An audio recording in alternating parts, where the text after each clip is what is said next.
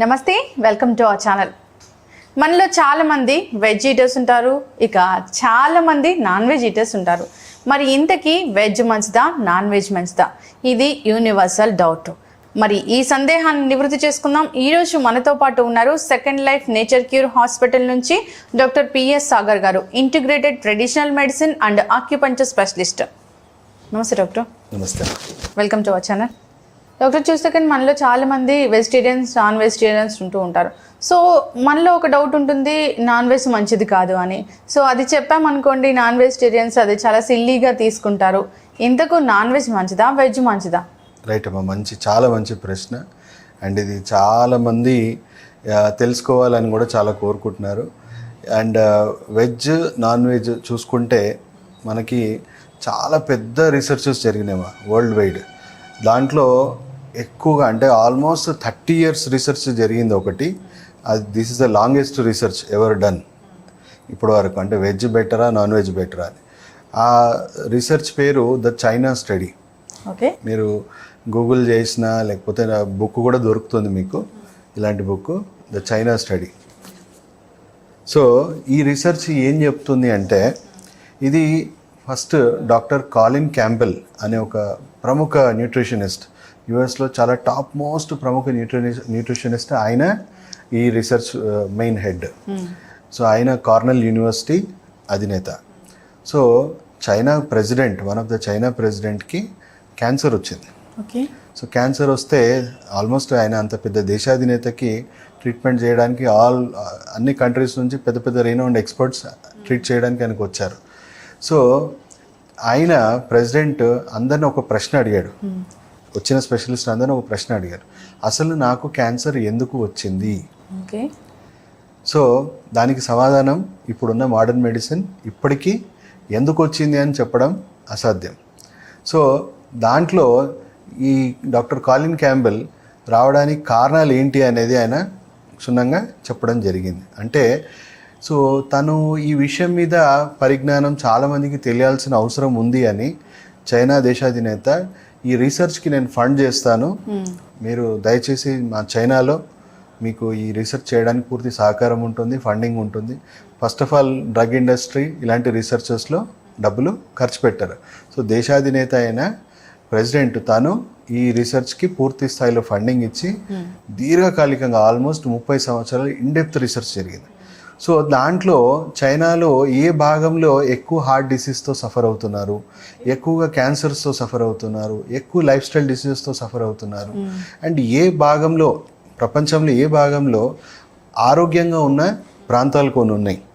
అంటే వాళ్ళకి ఎలాంటి లైఫ్ స్టైల్ డిసీజెస్ లేవు, హార్ట్ డిసీజ్ లేవు, డయాబెటీస్ లేవు, క్యాన్సర్లు లేవు, అలాంటి చోటు చాలా ఉన్నాయి. వాటిని మనం బ్లూ జోన్స్, మీరు నెట్లో కొడితే బ్లూ జోన్స్ ఎక్కడ ఉన్నాయని కొడితే ప్రపంచవ్యాప్తంగా సగటు మనిషి 100 సంవత్సరాలు ఈజీగా బతికే చోటనే మనం బ్లూ జోన్గా గుర్తిస్తున్నాం. మన ఇండియాలో కూడా ఒక బ్లూ జోన్ ఉంది. ఎక్కడ అంటే పాక్ ఆక్యుపైడ్ కాశ్మీర్ అంటాం. పాకిస్తాన్ ఆక్యుపైడ్ కాశ్మీర్ ప్రాంతంలో హుంజా వ్యాలీ అని ఒకటి ఉంది. సో అక్కడ కూడా ఆల్మోస్ట్ సగటు మనిషి 100 నుంచి 140 సంవత్సరాలు ఈజీగా బతికేస్తున్నారు. వాళ్ళు ఆల్మోస్ట్ 80-90 సంవత్సరాలు కూడా చిన్న పిల్లల్లాగా ఇంకా పిల్లలు గంట ఉంటారు, అంత హెల్దీగా ఉంటున్నారు.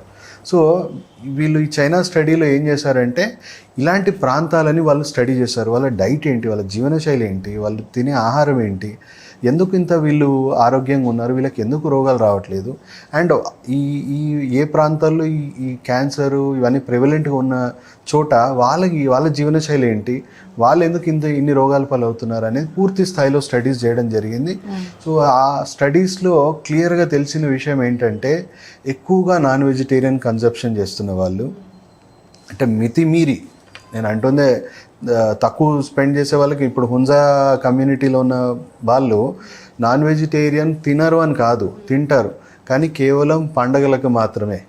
ఏదో మేజర్ ఫెస్టివల్ ఉంటే కానీ వాళ్ళు ఆ ఫుడ్ తినరు.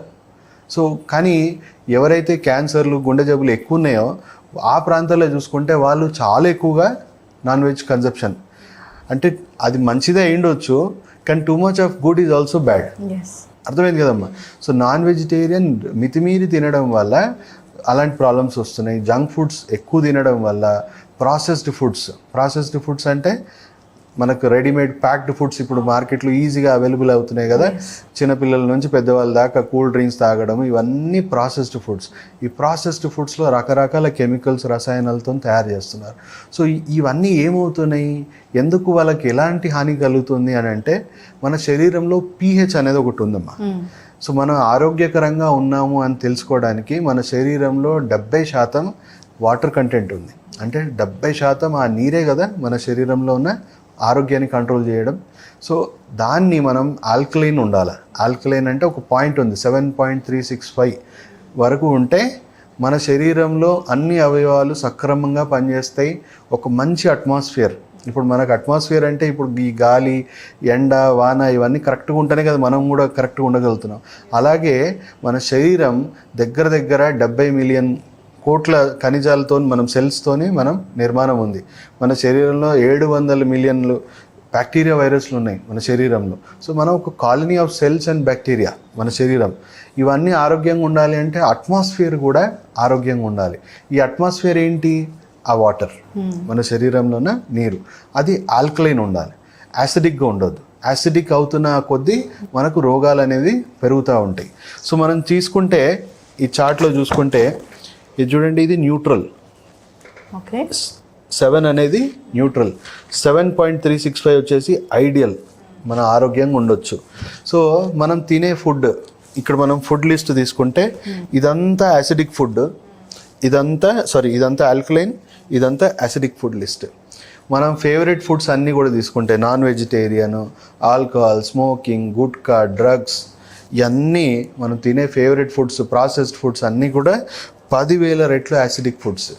10,000 టైమ్స్ మన శరీరంలో యాసిడ్ తయారు చేసే ఫుడ్స్. మనం ఇప్పుడు ప్రతి చోట వింటున్నాం, ఆల్కహాల్ తాగితే, స్మోకింగ్ చేస్తే క్యాన్సర్లు వస్తాయి అని మనం చెప్తున్నాం.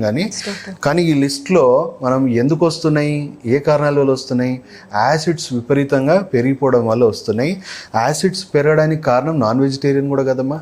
సో 70% ఇప్పుడు WHO రిపోర్ట్ ప్రకారం 70% మంది నాన్ కమ్యూనికబుల్ డిసీజెస్తో చనిపోతున్నారు. అంటే వాళ్ళకు ఏ వైరస్, బ్యాక్టీరియా వల్ల చనిపోవట్లేదు, లైఫ్ స్టైల్ డిసీజెస్ వల్ల చనిపోతున్నారు.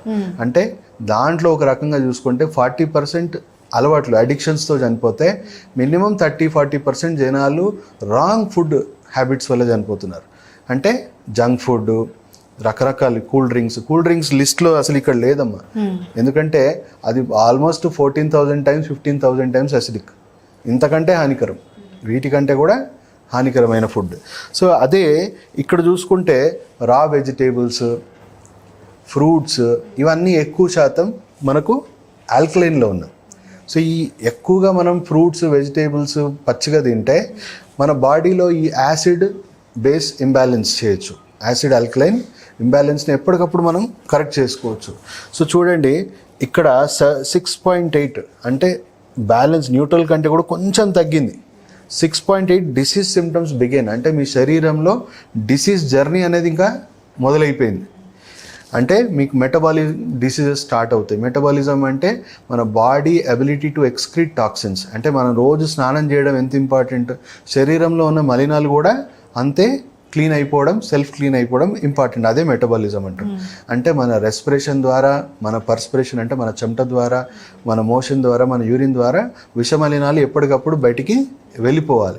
సో ఎప్పుడైతే మన శరీరం కొద్దిపాటి అసిడిక్ అయిపోయిందో ఈ మలినాలు పూర్తి స్థాయిలో బయటికి వెళ్ళవు.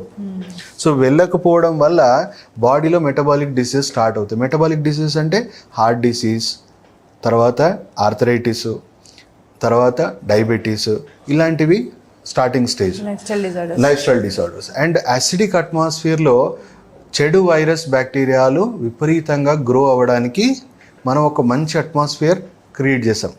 ఆల్కలైన్ అట్మాస్ఫియర్లో వైరస్, బ్యాక్టీరియా కెనాట్ ఎగ్జిస్ట్, అసలు బతకలేవు అవి ఆల్కలైన్ అట్మాస్ఫియర్లో. సో యాసిడిక్ అట్మాస్ఫియర్ అంటే మనం ఒక శరీరంలో వైరస్, బ్యాక్టీరియా పెంచడానికి అవకాశం ఇచ్చాం, షెల్టర్ ఇచ్చేసాం. సో మన శరీరం ఒక ఇప్పుడు నిలయం అయిపోయింది, ఈజీగా ఇన్ఫెక్షన్స్ బాడీకి ప్రోన్ అవుతూ ఉంటాం. అండ్ మన రోగనిరోధక శక్తి ఇవేవి కూడా సరిగ్గా పనిచేయలేవు, పర్ఫామ్ చేయలేవు. సో అలాగే మనం ఏం చేస్తాము, ఆ డిసీజ్ సిమ్టమ్స్ స్టార్ట్ అవ్వగానే దానికి తోడు మెడిసిన్స్ వేసుకోవడం స్టార్ట్ చేస్తాం. ఎందుకు? సిమ్టమ్స్ కవర్ చేసుకోవడానికి మెడిసిన్స్ డ్రగ్స్ వేసుకోవడం స్టార్ట్ చేస్తాం. దానివల్ల ఇంకా యాసిడిటీ పెరిగిపోతుంది. సో ఇంకా యాసిడిక్ అవుతున్నా కొద్ది ఏమవుతారు చూడండి, ఆల్మోస్ట్ 5.8కి వచ్చేసరికి cancer cells begin to form. మన శరీరంలో మల్టిపుల్ ఇన్ఫెక్షన్స్ అవ్వడం స్టార్ట్ అయినాక శరీరంలో ఆక్సిజన్ స్థాయి కొన్ని చోట్ల ఆక్సిజన్ సరిగా అందదు, సరిగా క్లీనింగ్ ప్రాసెస్ అవ్వదు, కాబట్టి అక్కడ ఫేవరెట్ క్యాన్సర్ సెల్స్ డెవలప్ అవ్వడం స్టార్ట్ అయిపోతుంది. సో క్యాన్సర్ సెల్స్ అభివృద్ధి చెందుతూ ఉంటాయి. అది మితిమీరిపోయిందనే అప్పుడు మనం క్యాన్సర్ పేషెంట్ అని మనం అంటున్నాం. సో ఇంకా ఎక్కువైపోయిందంటే 3.5 human body cannot sustain life. So ఇలా యాసిడిటీ ఇంకా లెవెల్ పెరిగిపోతుంటే ఇంకా మన శరీరంలో జీవం అనేది భరించలేని పరిస్థితి. సో ఇలా 3.5కి వచ్చేసరికి human body has to die. So ఈ రకంగా మనకు ఏ ఫుడ్ తింటే ఆల్కలైన్ ఉందో, ఏ ఫుడ్ తింటే యాసిడిక్ ఉందని మనకి లిస్ట్ మొత్తం గూగుల్లో కొట్టండి, pH ఫుడ్ చార్ట్ అని కొట్టండి. సో మీకు ఇవన్నీ కూడా ఎక్కువ తినాల్సిన ఫుడ్, ఇవి చాలా తక్కువ తినాల్సిన ఫుడ్. నేను ఇలా అనట్లేదు మీరు నాన్ వెజిటేరియన్ కంప్లీట్గా స్టాప్ చేసేసేయండి మీకు మంచిది కాదు. మీకు ఎలాంటి లైఫ్ స్టైల్ డిసీజ్ ఉన్నా, డయాబెటీస్ ఉన్నా, హార్ట్ డిసీజ్ ఉన్నా మీరు దయచేసి మానేసేయడమే బెటర్. కంప్లీట్గా వెజిటేరియన్ తినడమే బెటర్. నాన్ వెజిటేరియన్ జోలికి వెళ్ళకండి, జంక్ ఫుడ్స్ దగ్గరికి వెళ్ళకండి, ప్రాసెస్ ఫుడ్స్ దగ్గరికి వెళ్ళకండి. కానీ మీ ఆరోగ్యం మీకు ఎలాంటి పెద్ద ప్రాబ్లమ్స్ లేవు అన్న కానీ డాక్టర్ గారు, sorry for the interruption, please, ఏదైతే మనం నాన్ వెజ్ అని అంటున్నామో, వద్దు అంటున్నాము, కానీ లైఫ్ స్టైల్ డిజార్డర్స్తో బాధపడే వాళ్ళకి బలం కావాలని, అంటే వాళ్ళ లాంగ్వేజ్లో చెప్పాలంటే ఎక్కువగా ప్రోటీన్ కావాలని, అలాంటి వాళ్ళు ఎక్కువగా వీటిని తీసుకుంటూ ఉంటారు. సో వెజిటబుల్స్ తీసుకుంటే కావాల్సిన ప్రోటీన్స్ కానీ విటమిన్స్ కానీ అందవని కూడా ఒకటి అనుకుంటూ ఉంటారు. సో దీనిలో నిజం ఎంత అంటారు? చాలా మంచి ప్రశ్న అడిగారమ్మా. ఈ ప్రశ్నకు సమాధానం చాలామంది ఇవ్వలేకనే ఈరోజు ఇంకా ఇలా మూఢనమ్మకాలు కంటిన్యూ అవుతున్నాయి. సో వెజిటేరియన్ ఫుడ్లో మనకు ప్రోటీన్ లేదు, మనకు కాల్షియం లేదు అనడం ఒక పెద్ద అపోహ. ఈ విషయమే చెప్పుకొని మన తల్లిదండ్రులు కానీ మన అమ్మమ్మల తాతయ్యలు కానీ ఈ నాన్ వెజిటేరియన్ తినకపోతే నీకు బలం ఎక్కడి నుంచి వస్తుంది, కాల్షియం ఎక్కడి నుంచి వస్తుంది అని మనకు యానిమల్ ఫుడ్స్ ఎక్కువగా అలవాటు చేయడానికి మేజర్ రీజన్స్ ఇవే. సో దానికి మీకు సింపుల్గా సమాధానం చెప్తాను. చూడండి, ఈ top 10 sources of veg protein. ఇది చూడండి, స్పినాచ్ అంటే పాలకూర, కాలి, బ్రాకలీ, క్యాలీఫ్లవర్, మష్రూమ్స్, పార్స్లీ, తర్వాత కుకుంబర్స్, తర్వాత గ్రీన్ పెప్పర్, క్యాబేజ్. వీటిలో చూసుకుంటే దాదాపు 22% నుంచి, ఇంకా మనం లాస్ట్ చూసుకుంటే టమాటోస్లో 18% ప్రోటీన్, 18% to 49% ప్రోటీన్ ఉందమ్మా. మనం నాన్ వెజిటేరియన్లో చూసుకుంటే ఎగ్స్లో కేవలం 12% ఉంది, చికెన్లో చూసుకుంటే 23%, తర్వాత బీఫ్లో మనం చాలా గట్టిగా చెప్పుకోవాలంటే బీఫ్ తిని వాళ్ళు చాలా హై ప్రోటీన్ అనే తినేవాళ్ళు చాలామంది ఉన్నారు. సో వాళ్ళు చూసుకుంటే 25.8%. సో ఎక్కడ 49%, ఎక్కడ 20%. సో ఇది పూర్తిగా అపోహనే. ప్రోటీన్ మనకు వెజిటేరియన్లోనే ఇంకెక్కువగా కావాల్సిన ప్రోటీన్ ఉంది. కుకుంబర్ నేనైతే చెప్తున్నాం కదమ్మా, మన డైట్లో ఏం చెప్తాము, సలాడ్స్ తినమని చెప్తున్నాం. ఈ సలాడ్స్లో మ్యాక్సిమం మనం ఈజీగా రోజు మనం లంచ్కి బిఫోర్, డిన్నర్కి బిఫోర్ ఈ సలాడ్స్ కొంచెం తిన్నాం అనుకోండి, దాంట్లో మీకు కావాల్సినంత ప్రోటీన్, న్యూట్రిషన్ కూడా అందింది. అట్ ది సేమ్ టైం మీకు తిన్న ఫుడ్ ఏదైతే ఉందో కరెక్ట్గా డైజెస్ట్ అవుతుంది, అసిమిలేట్ అవుతుంది, అబ్జర్వ్ అవుతుంది. సో ఇది ప్యూర్ అపోహ. కాల్షియం వైజ్ కూడా తీసుకుంటే ఒక్క నువ్వుల లడ్డు తినండి వారానికి ఒకసారి, దానికి మించిన కాల్షియం మీకు అవసరమే లేదు. సో పాలు ఎస్పెషలీ మనం ఇప్పుడు కాల్షియం గురించి మాట్లాడుకుంటే, ప్రోటీన్ గురించి మిల్క్ ఏదైతే ఉందో మిల్క్ ఎక్కువగా తాగాలి. ఇక్కడ చైనా స్టడీ క్లియర్గా ఏం చెప్తుందంటే అన్ని రకాల యానిమల్ ప్రోడక్ట్స్కి దూరంగా ఉండండి అంటున్నారు. యానిమల్ ప్రోడక్ట్స్ అంటే కేవలం మీటే కాదు, మీట్ ఎగ్సే కాదు, ఇవి ఇంక్లూడింగ్ మిల్క్ నుంచి వీటి నుంచి కూడా దూరంగా ఉండమని చెప్తున్నారు. మిల్క్ ప్రోడక్ట్స్ నుంచి కూడా దూరంగా ఉండమని చెప్తున్నారు. ఎందుకు అని అంటే ఆ మిల్క్ ఫస్ట్ ఆఫ్ ఆల్ దాని దూడ కోసం తయారు చేసింది, హ్యూమన్ కన్సంప్షన్ కోసం తయారు చేసిందా, ప్రకృతి పరంగా దాని ఆఫ్ స్ప్రింగ్ గురించి, దాని బిడ్డ గురించి అది తయారు చేసింది. సో దానికి కావాల్సిన హార్మోన్స్, దానికి కావాల్సిన ఎక్కువగా కాల్షియం, దానికి కావాల్సిన ఎక్కువ ప్రోటీన్ అది ప్రొడ్యూస్ చేసింది. ఇప్పుడు మన శరీరాలందరికీ నేను చెప్పినట్టు మన శరీరాలు ఒకప్పుడు ఆల్కలైన్ ఉండేవేమో, మంచి జీవనశైలి, మంచి ఆహారం తినేవాళ్ళు. సో వాళ్ళు తాగితే వాళ్ళకి అబ్జర్ప్షన్ బాగుంటుంది. కానీ యాసిడిక్ శరీరాలు పాలు తాగారనుకోండి ఇంకా యాసిడిటీ పెరుగుతుంది. సో మీరు ఆ కాల్షియం ఉన్న కాల్షియం యాసిడిటీ కన్సంప్షన్ ఎక్కువ, యాసిడిటీ లెవెల్ ఎక్కువైనప్పుడు మీ బాడీలో ఉన్న కాల్షియం కూడా పోతుంది. సో పాలు తాగడం వల్ల కాల్షియం వస్తుందా, కాల్షియం పోతుందా? And moreover dairy industry ఇవన్నీ కూడా మనం చెప్పుకుంటే చాలా ఫ్యాక్ట్స్ ఉన్నాయి.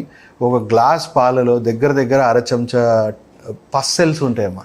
ఎందుకంటే రోజు వాటిని పిండి పిండి పిండి అవి ఇన్ఫెక్షన్ క్రియేట్ అయ్యి పస్ సెల్స్ అనేవి మన పాలలో భాగం అయిపోయింది. సో WHO కూడా ఒక లిమిట్ పెట్టింది, ఇంతకంటే పస్ సెల్స్ ఎక్కువ ఉండొద్దు, this is a safe limit. So pus cells మంచివా కాదు. మితిమీరి హార్మోన్స్, ఇప్పుడు ప్రతి ఆవులకు బర్రెలకు వాటికి హార్మోన్ ఇంజెక్షన్స్ ఇస్తున్నారు. హార్మోన్ ఇంజెక్షన్ ఇస్తే కానీ అవి పాలు సఫిషియెంట్గా ఇవ్వలేకపోతున్నాయి. పోనీ ఆ పాలు తాగడం వల్ల ఏమవుతారు పిల్లలు? హార్మోన్ ఇంబ్యాలెన్స్ వచ్చేసి వాళ్ళు ఎప్పుడు మెచ్యూర్ అవ్వాల్సింది ఎంత చిన్న పిల్లలు మెచ్యూర్ అయిపోతున్నారు. అండ్ అబ్నార్మల్ గ్రోత్, వాళ్ళ శరీరం కూడా ఏజ్ ప్రకారం కాకుండా ఏజ్ మించి పెరిగిపోతున్నారు. సో అవన్నీ కూడా ఏమాత్రం కూడా మంచిది కాదు. అండ్ మోర్ ఓవర్ ఎన్ని ఆవులు ఉన్నాయి, అవి ఏం తింటున్నాయి, పాలు డిమాండ్ ఎంత ఉంది? సో మనకు దొరుకుతున్నాయి అన్నీ స్వచ్ఛమైన పాలేనా? ఎందుకంటే మనం ఈ మధ్య టీవీలో కూడా చూస్తున్నాం, యూరియాతో కూడా పాలు తయారు చేస్తున్నారు. సో రకరకాల కల్తీ జరుగుతూ ఉంది. అండ్ మోర్ ఓవర్ మీట్ గురించి మనం మాట్లాడుకుంటే ఎంత తక్కువ మాట్లాడితే అంత మంచిది. సంవత్సరం మొత్తం పెరగాల్సిన కోడి 2-3 నెలలనే ఇంత పెరిగేస్తుంది. వాటి కాళ్ళ మీద అది నిలబడలేని పరిస్థితి. వాటికి అన్నెసరీ హార్మోన్ ఇంజెక్షన్స్, యాంటీబయాటిక్స్, ఎందుకంటే ఆ రోగాలు తట్టుకునే శక్తి లేక ఇన్ఫెక్షన్స్ వచ్చి వాటికి యాంటీబయాటిక్స్ ఇచ్చి, సో అన్నెసెసరీగా మనం యాంటీబయాటిక్స్, హార్మోన్స్ ఇవన్నీ కూడా మీట్ ద్వారా మనకు వెళ్తున్నాయి. ఫస్ట్ ఆఫ్ ఆల్ మీట్ తినకూడదు. దాంట్లో ఇప్పుడు ఉన్న మీట్లో ఇంకా ఇవి అన్నీ అడిషనల్ ప్రాబ్లమ్స్. సో ఇలాంటి మీట్ తినడం వల్ల పిల్లలకి హార్మోన్ సమస్యలు అండ్ యాంటీబయాటిక్ రెసిస్టెన్స్ వచ్చేసింది. ఇది ఇప్పుడు పెద్ద ఇష్యూ వరల్డ్ వైడ్. ఎందుకనంటే మనకు అవసరం ఉన్నప్పుడు యాంటీబయాటిక్స్ పనిచేయట్లేదు. ఎందుకంటే మన ఫుడ్లో యాంటీబయాటిక్స్ వచ్చేసింది. డాక్టర్స్ కూడా అవసరం ఉన్నా లేకున్నా వాళ్ళ కోటా ఫుల్ఫిల్ చేయడానికి రాసేస్తూనే ఉంటారు. సో మనం ఒక డ్రగ్ రెసిస్టెన్స్ వచ్చినప్పుడు ఎమర్జెన్సీలో ఏదైనా డ్రగ్ వాడితే డ్రగ్స్ పనిచేయకపోతే ఎంత డేంజర్ సిచ్యువేషన్. సో మన అపోహలు మనం ఇప్పుడు క్లియర్గా ప్రోటీన్ ఎక్కువగా దొరుకుతుందనో, ప్రోటీన్ డెఫినెట్గా వెజిటేరియన్లో ఎక్కువ ప్రోటీన్ మీకు దొరుకుతుంది. కాల్షియం నేను చెప్పినట్టు నువ్వుల లడ్డు, ఒక లడ్డు తింటే చాలు కదా, సరిపోతుంది. సో అన్నీ మీకు వెజిటేరియన్లో ఉంది. సో నేను కూడా చెప్పడం ఏంటి, ఇప్పుడు సడన్గా సివియర్ నాన్ వెజిటేరియన్ అడిక్ట్స్కి నేను ఇప్పుడు మానే అంటే అందరు నన్ను తిట్టుకుంటారు. సో సడన్గా మానాల్సిన అవసరం లేదు. మీరు 15 రోజులకు 20 రోజులకు అంటే వారం రోజులకు ఒకసారి తినేవాళ్ళు 15 రోజులకు తినండి ఒకసారి. అర్థమైంది కదమ్మా? 15 రోజులు తినేసారి నెల రోజులకు ఒకసారి తినండి, కానీ తగ్గించండి, మీ ఆరోగ్యం బాగుపడుతుంది. ఎంత తక్కువ, ఎందుకంటే ఈ స్టడీస్ చైనా స్టడీయే కాదు, ఈవెన్ బ్రిటన్లో ల్యాన్సెట్ స్టడీస్ అని కూడా వచ్చింది. ఈ ల్యాన్సెట్ స్టడీస్లో కూడా చాలా క్లియర్గా మనకి అన్ని న్యూస్ పేపర్స్లో వచ్చిందండి. పచ్చగా బతకండి అని పెద్ద ఆర్టికల్ వచ్చింది. మనకు ఆంధ్రజ్యోతిలో, ఈనాడులో అన్నిట్లో వచ్చింది. వాళ్ళు కూడా క్లియర్గా నాన్ వెజిటేరియన్ కన్జంప్షన్ ఎక్కువ అవడం వల్లనే, జంక్ ఫుడ్ కన్జంప్షన్ ఎక్కువ అవడం వల్లనే మనకు రోగాలు చాలా ఎక్కువ అయిపోయినాయి. అండ్ ఇప్పుడు ఆ దారుణమైన పరిస్థితికి వెళ్ళిపోతుంది. ఎందుకంటే దాదాపు 70% ఇప్పుడు మనం ఒకప్పుడు మోడర్న్ మెడిసిన్ ఇంత అభివృద్ధి చెందడానికి కారణము ప్లేగ్, కలరా లాంటి ఇన్ఫెక్షస్ డిసీజ్ రావడానికి. కానీ ఇప్పుడు ఇన్ఫెక్షస్ డిసీజెస్ ఉన్నాయా మార్కెట్లో? ఇప్పుడు జనాలు చనిపోతుంది, 70% చనిపోతుంది NCDs, non communicable disease, life style diseases వల్ల. సో ఇమ్మీడియట్గా ఇది యుద్ధ ప్రాతిపదికగా జనాల్లో అవగాహన పెరగాల్సిన అవసరం ఉంది. అన్నెసరీ అంటే జనాలకు కావాల్సింది ఏంటంటే రైట్ ఫుడ్ తినడం నేర్చుకోవాలా, రైట్ లైఫ్ స్టైల్ నేర్చుకోవాలా. దానివల్ల మీకు 60-70% డిసీజెస్ రాకుండా ఉంటాయి. సో మీ ఆరోగ్యం బాగుంటే మీకు రేపు ఏదన్నా అనుకోకుండా ఏదైనా ఎపిడమిక్ వచ్చినా, అంటే కలెరా కానీ ఇలాంటి